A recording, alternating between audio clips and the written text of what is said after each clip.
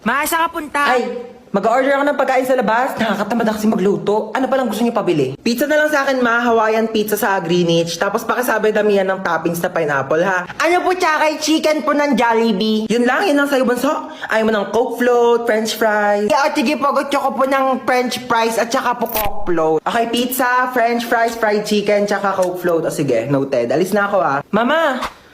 Oo nga pala, ikaw. Oo, ano ba sa'yo? Gusto ko lang po sabihin na okay lang po ako sa kung ano man po yung kaya niyong ibigay sa akin kasi ma-appreciate ko na po yun. So, papahirapan mo pa ako. Kasi sabihin mo na lang kasi gusto mo, dami mo pang alam eh.